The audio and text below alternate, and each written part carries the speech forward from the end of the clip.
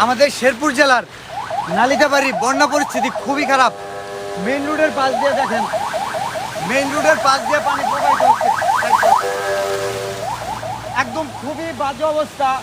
আপনারা যদি না আসেন এটা কখনোই বুঝতে পারবেন না।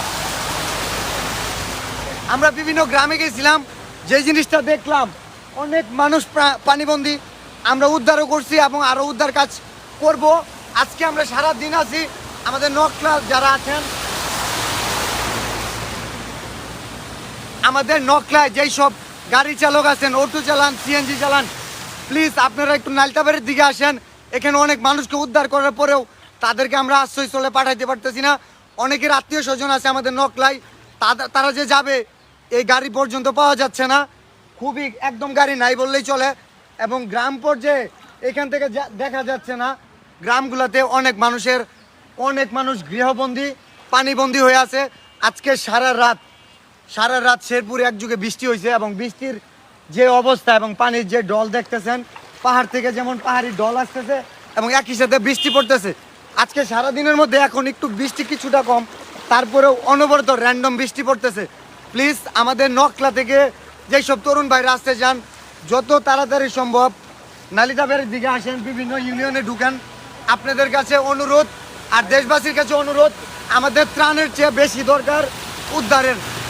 যে গাড়িগুলো দেখতেছেন, সেনাবাহিনী এই মুহূর্তে উদ্ধার কাজ পরিচালনা করতেছে। সেনাবাহিনী অনেক গাড়ি ঢুকছে আলহামদুলিল্লাহ। আপনারা প্লিজ নকলা থেকে সিএনজি টিএনজি নিয়ে আসেন, এখানে অনেক মানুষ যাতায়াত করতে পারতেছে না একদমই। এই হচ্ছে কথা। আর আমরা উদ্ধার কাজের কোনো ফুটেজ আপনাদের দেখাইতে পারবো না, কারণ ভিডিও করতে গেলে আসলে কাজের কাজ কিছুই হবে না। এইটুকুই কথা। প্লিজ আমাদের শেরপুর জেলার কাছে অনুরোধ, আপনারা আসেন, এই জিনিসটা মানুষের কাছে পৌঁছায় দেন। আর যেই সব ব্লগাররা আছেন যে বিভিন্ন ত্রাণ সহযোগিতা দিতে চান বা মানুষের কাছে আসতে চান, প্লিজ তারা আপনারা শেরপুরে আসেন। নালিতাবাড়ি ঝিনাইগাতি আমাদের আরেকটা টিম অলরেডি ঝিনাইগাতি গেছে। ওরা এখন পর্যন্ত কি তথ্য আমাদের জানাতে পারে নাই, আশা করি ওরা জানাইলে আমরা আপনাদের কাছে জানাবো। তো এই হচ্ছে অবস্থা। আমরা এখন এই মুহূর্তে আছি জুগানিয়া 10 নং জুগানিয়া ইউনিয়ন নালিতাবাড়ি।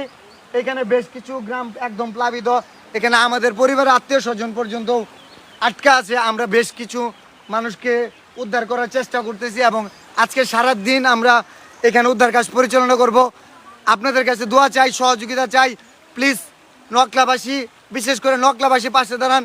আমার উপজেলা, আমি চাই আমার এই বন্যা, শেরপুরের বন্যায় আমাদের নকলা অনেক প্লাবিত, কিন্তু কিছু অঞ্চলে এখনও প্লাবিত না।